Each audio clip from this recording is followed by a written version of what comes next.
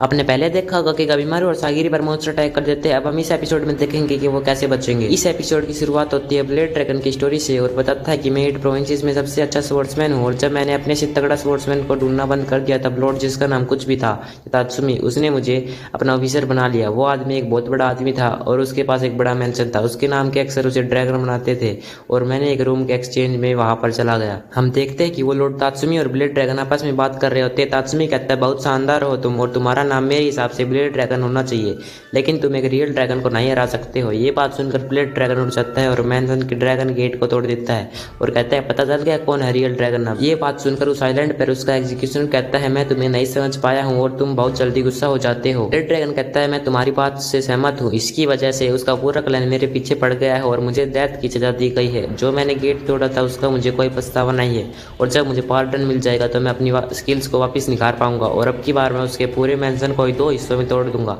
तो एग्जीक्यूशनर फिर से कहता है मैं तुम्हें नहीं समझ पाया हूँ अब भी। ब्लेड ड्रैगन कहता है कि मेरे हिसाब से तुम लोगों की हैसियत कम है और जो तुम्हारे पास टूल्स हैं वो कुछ काम के हैं भी नहीं। तुम एक निराश छोटे आदमी हो और जो तुम क्रिमिनल को मार के खाना खाते हो उसका टेस्ट तुम्हें अच्छा लगता भी है कि नहीं। तो एग्जीक्यूशनर कहता है कि मैं यमाडा साइमन फुच्ची हूँ। हमें दिखता है कि ये साइमन्स में उसकी रैंक 9 है। फुच्ची कहता है यमाडा क्लैन का ओनली काम ये नहीं कि बस बियर्ड करना, बल्कि हम वेपन्स को भी टेस्ट करते हैं और दवाइयाँ भी बनाते हैं और हम तुम जैसे क्रिमिनल से बहुत ज्यादा यूजफुल है सोसाइटी के लिए। हम ह्यूमन बॉडी के बारे में रिसर्च करके एडवांस मेडिसिन बनाते हैं और ये हमारा एक नेक पर्पज है। फुची अपने वेपन्स को निकालकर ब्लेड ड्रैगन पे तान देता है। ब्लेड ड्रैगन एक बार सोच में पड़ जाता है वेपन्स को देखकर। फुची कहता है कि तुम दोबारा हमारी इंसल्ट करने के लिए बक्से नहीं जाओगे और वो उस तलवार से ब्लेड ड्रैगन अपनी रस्सी को ही काट लेता है। फुची कहता है कि तुम्हें पता है कि तुम क्या कर रहे हो। ब्लेड ड्रैगन कहता है बस मेरे पास एक ही चीज करने के लिए है, पहले मैं बचे हुए क्रिमिनल्स को मारूंगा, इससे एलिक्सर ऑफ लाइफ को ढूंढना और भी आसान हो जाएगा और इससे मैं जितनी चाहे अपनी स्वॉर्ड को यूज कर पाऊंगा। फुची सोचता है कि इसकी बातें तो सही है, जैसे कि एक पोर्ट में पॉइजनस कीड़े हैं तो हम जितनी देर इंतजार करेंगे उतने ही ज्यादा स्ट्रॉन्ग कीड़े बचेंगे और कहता है कि क्या इसका अंत अच्छा होगा। अगर यहाँ पर कम कीड़े बचे तो सोगन और पॉइजनस कीड़े पोर्ट में डाल देगा, उनसे भी ज्यादा स्ट्रॉन्ग और पॉइजनस होंगे। अगले सीन में हम देखते हैं कविमारू और सागिरी पर मॉन्स्टर अटैक कर देते हैं। कविमारू कहता है सागिरी तुम पीछे हटो, इनको मैं संभाल लूंगा। कविमारू कहता है ये मॉन्स्टर एक फिश की तरह दिखता है और इसने प्रेइंग बीड्स पहन रखी है, क्या ये मॉन्स्टर है या फिर एक लिविंग क्रिएचर। इसकी अपीयरेंस से तो ये बहुत भद्दा लग रहा है, लेकिन मेरी सेंस कह रही है कि ये आइलैंड अपने आप में बहुत खतरनाक है। क्या दर्द है ये। वो मॉन्स्टर अपने बीड्स को तोड़ देता है और कविमारू पर अटैक कर देता है। कविमारू उसके हाथों पर चढ़कर किक मार देता है, लेकिन वो मॉन्स्टर कविमारू को पकड़कर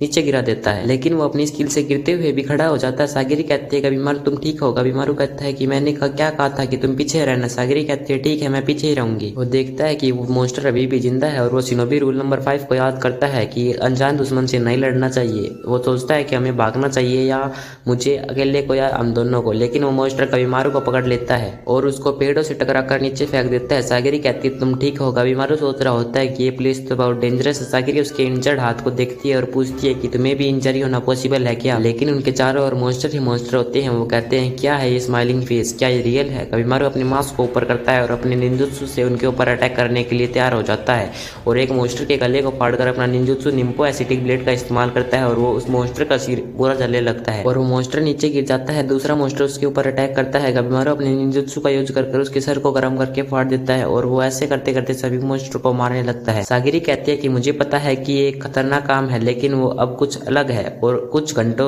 में सारे आइलैंड का स्वरूप बदल गया है और ये सब कुछ ही घंटों पहले हुआ है। सोचती है कि हम स्वर्ग में है या नरक में, इतने में ही वो फिश मॉन्स्टर उसके ऊपर अटैक करने वाला ही होता है। ये कविमारू देख लेता है और सोचता है कि मुझे इसके बारे में चिंता नहीं करनी चाहिए और ये मेरी वीकनेस नहीं है और अपने सामने वाले दुश्मनों पर ध्यान दो केवल।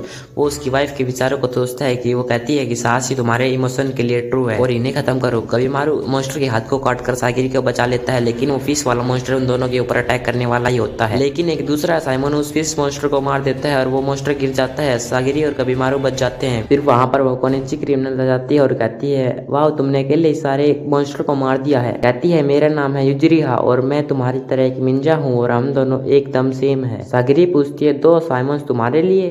कविमारू उसके बारे में कहने वाला ही होता है कि तुम अपने आप को क्या समझती हो। तभी वो अपनी वाइफ के बारे में याद करता है और उसकी वाइफ उससे कहती है कि तुम्हारी कोई मदद करे तो तुम मुझे थैंक्स जरूर कहना। कविमारू कहता है कि मुझे बचाने के लिए तुम्हारा शुक्रिया। अगर आपको यह एनीमे एक्सप्लेनेशन जरा सा भी अच्छा लगा तो इस छोटे चैनल को सब्सक्राइब करें ताकि मुझे मोटिवेशन मिले और भी वीडियो बनाने के लिए।